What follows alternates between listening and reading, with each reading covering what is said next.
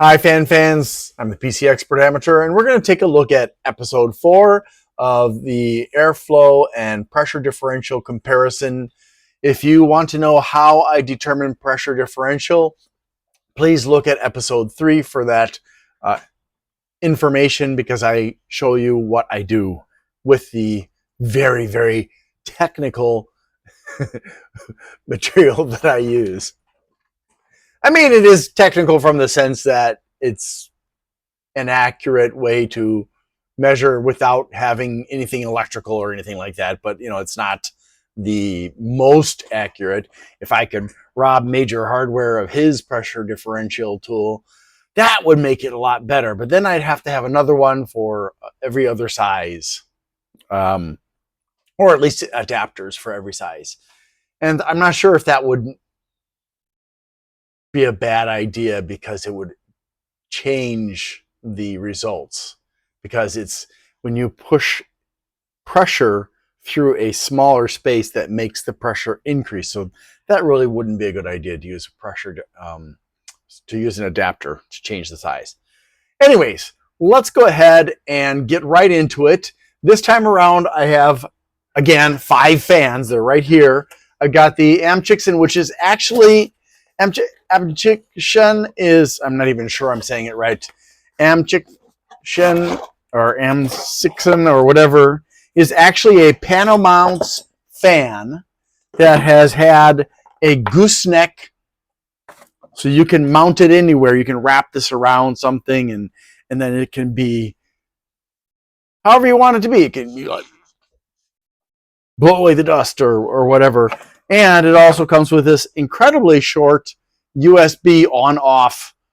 So you can power it from USB, or you can use the 3-pin connector here, which only actually has 2 pins, which is annoying. I didn't notice it. I was trying to measure RPMs using something that actually shows RPMs from the 3rd pin, and I didn't notice that the 3rd pin was missing because there are only 2 wires there.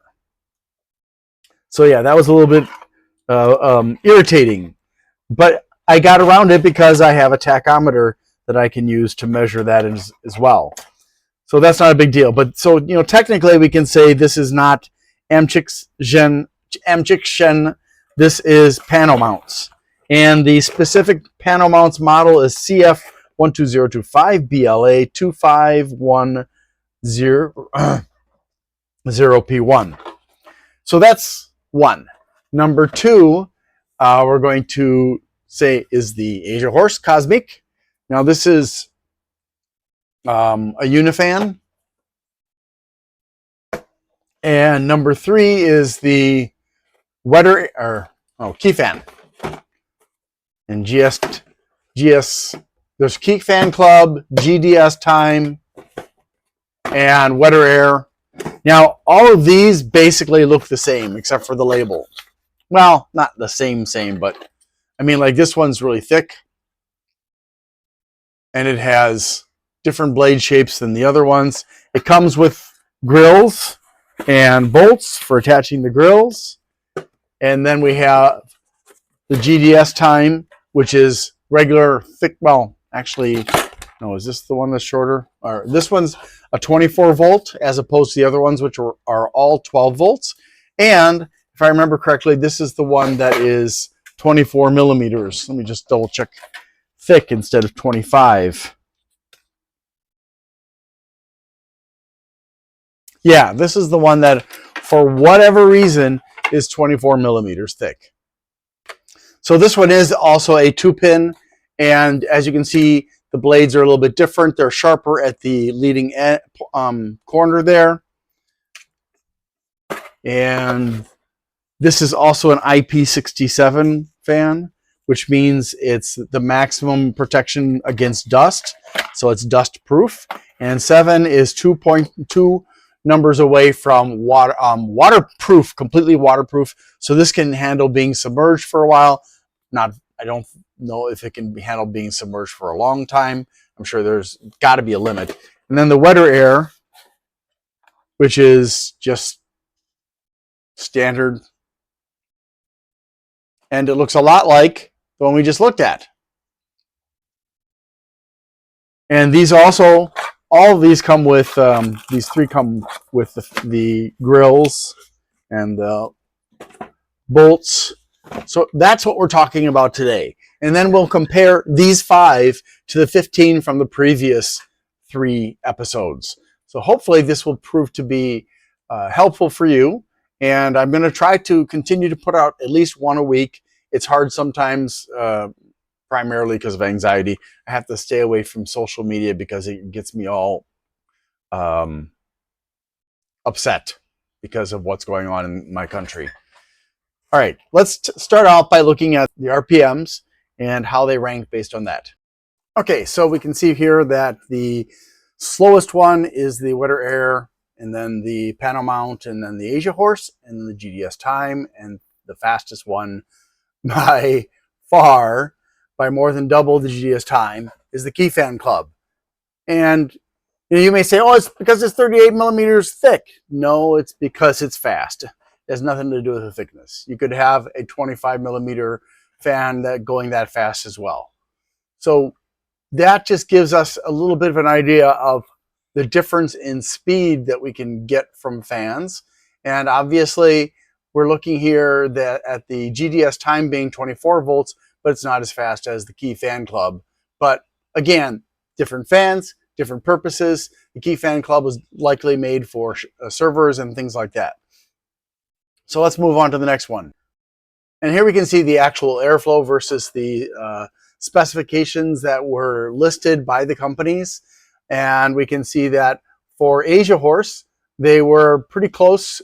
And so because of the possible error in the measurement by my anemometer, because I can't make it precise enough, that probably is just about the right number there.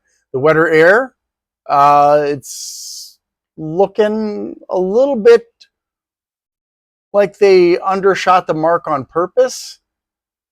And then the Pano-Mounts, they didn't give anything, but we can see 142.8. So we went from the 120s to the 140s, and then we jump up again with the GDSTime 24 volt fan, and it said that the maximum would be 158.01 CMHs, but I got 216.9. Now, is that the margin of error because of my anemometer, or is it that they undershot the mark on purpose? I don't know.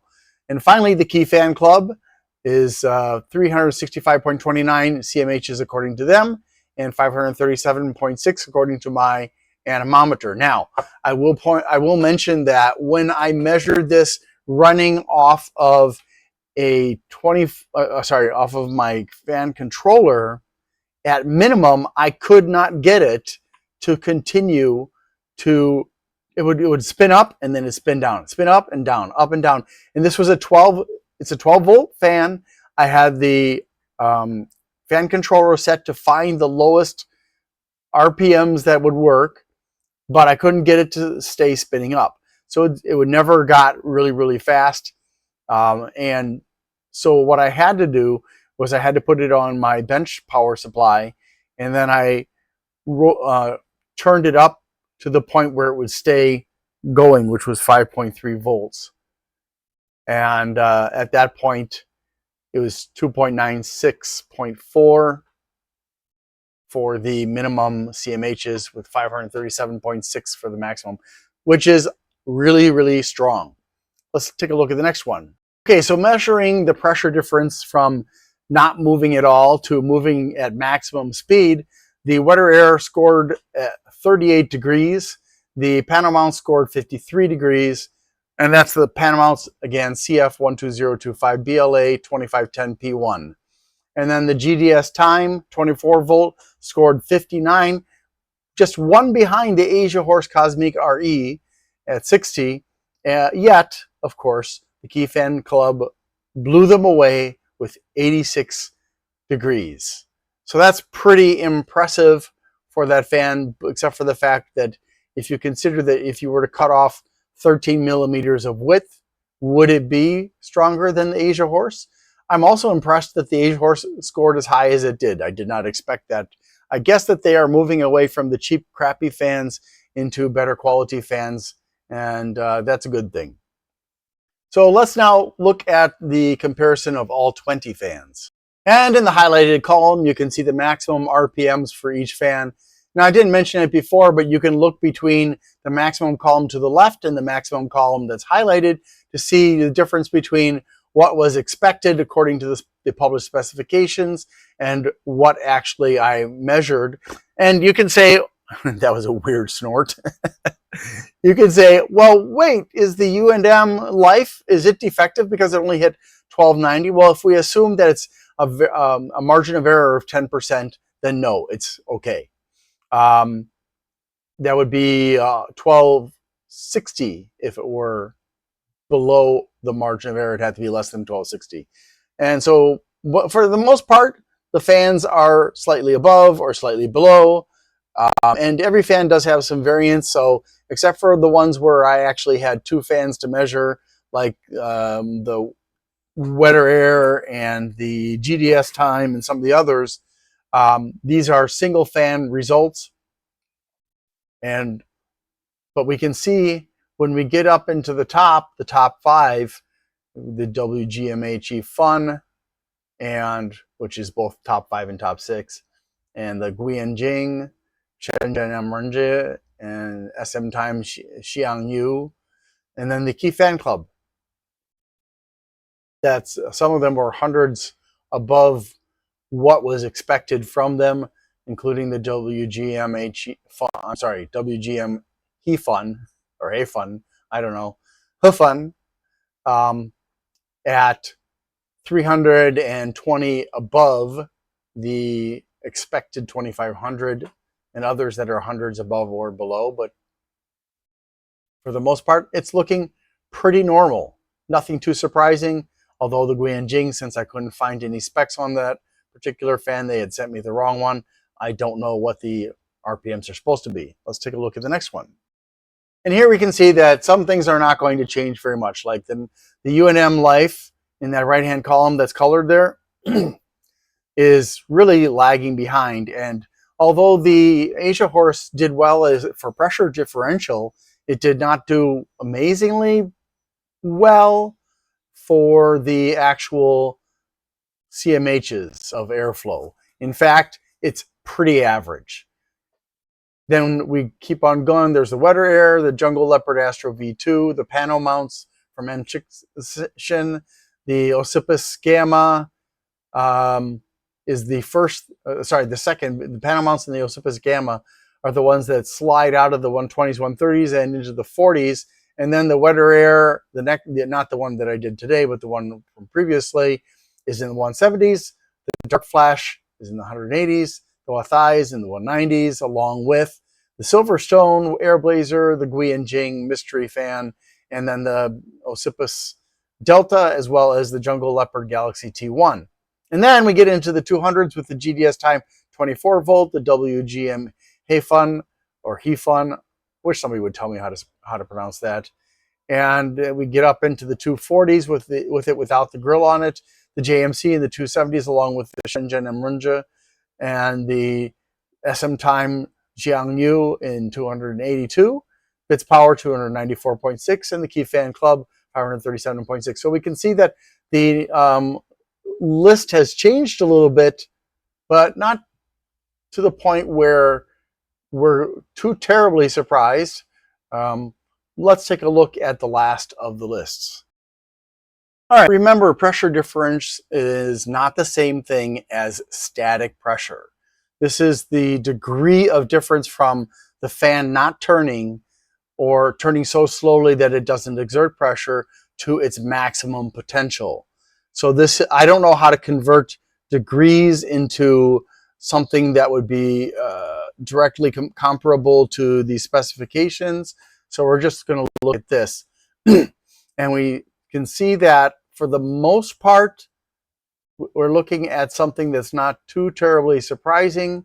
However, the Silverstone, which was just kind of for airflow, has jumped up into the top 6. And some of the others are a little bit surprising, but mostly we're seeing pretty much the same thing. The KeyFan, the bits power, the JMC, the SMTime Xiangyu, and then the AMCHIXIN And then, yeah, so there's a little bit of change. And I can demonstrate more clearly to you how big the changes are by putting this side by side with the airflow. So as you can see here, we have some big surprises like the Asiahorse getting as high as it did, even though it was pretty low for the airflow, and the Jungle Leopard Astro V2 also is only 2 degrees behind that. And then we see that the WGM Fun dropped between the two scores. However, not as much as the one with the grill. So we can see, looking at this, you can kind of get a feel for how sometimes RPMs make a big difference and sometimes they don't. Like if we look at the WGM HE Fun in the number 3 slot at the top there, 2,775 RPMs, and yet it's the 3rd worst.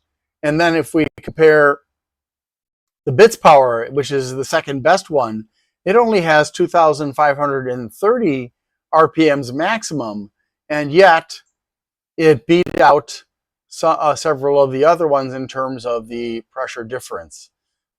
RPMs tends to trend in a way that it looks like RPMs is going to determine airflow, it's going to determine static pressure, but that actually is not the case because there are lots of other factors. Some factors of which you can see. For example, the blade types, how many blades there are, how much space there is between the blades, as well as the bearings and the frame design and various other factors, the angle of attack, the aggressive design of the blades. So many factors are involved that can influence the results. So if somebody were really good at analyzing this kind of stuff, and this is something that I can't analyze, they might be able to say, oh, okay, these characteristics in a fan cause a fan to perform this way. But you'd have to have the same bearings. Everything else would have to be the same except for the impeller or propeller, whatever you want to call it. That would be the only thing that you want to have be different. Same frame, same motor, same bearings, everything except for that one part. And then you can do that one test to see which types of fan blades and hubs are going to make the biggest difference. Of course, then you run into the challenge of you can't vary the hub size, but you can vary the flatness of the hub. Well, that's it for today. I did just want to point out a couple of things. First of all, as far as sound is concerned, you may look at this and you may say, well, these fans that are at the top of the list right now, literally the slowest and or not, or maybe bad airflow or bad pressure, that must mean that they're quiet. And that's not necessarily true. Now, granted, as the RPMs get below a certain level, you definitely notice that they're a lot quieter in general. However, a fan can be designed to be noisy even when it should be quiet, and vice versa. You can tweak it, but as you get up higher in the RPMs, it's harder to achieve. Now, I'm not working on sound right now. That's something that I'm holding off on because I'm trying to focus on it. I have so much going on that I just barely have time to get this stuff done. I wanted to get them done and out on Sundays, but well, I took my son camping, so I couldn't do that. But that was worth it. And finally, look, I understand you want fans that are attractive. You want fans that are going to make people say, wow. But the fans are there to cool your computer. Anything else is secondary at best. If you're buying fans because of lights, you're doing a disservice to your computer unless your computer is not a hot computer. If you have a CPU that is relatively cold, I guess we could say, then having, if you want to spend your extra money every month on a higher electrical bill, okay. But if you want a performance computer, putting lit fans on your computer is a waste. But ultimately, does it matter what I say? Nah, it doesn't. It just matters what you want, right? But my advice is, if you're after performance, sacrifice the lights to get more performance and to save money that you can then spend to improve your computer down the road. Thanks for watching, and I hope you have a great day. I need to ask for your help. Things have been challenging. Whose life hasn't been challenging lately? So if you can please help me out by liking, subscribing, sharing, commenting, and turning on notifications, that would be really, really super. Also, if you'd like to help me financially and you can't afford to, you can do a super thanks on my Glenn's Fast Reviews channel, or you can become a member there. Or if you prefer, you can go to patreon.com/GLENNMII and become a member there instead. Also, I'd like to give a shout out to Bleeping Computer for their support of my channel. If you need resources for computers, for getting rid of malware and learning about cybersecurity and stuff, Bleeping Computer, BLEEPING computer.com is a great resource. Thanks so much for watching and have a great day.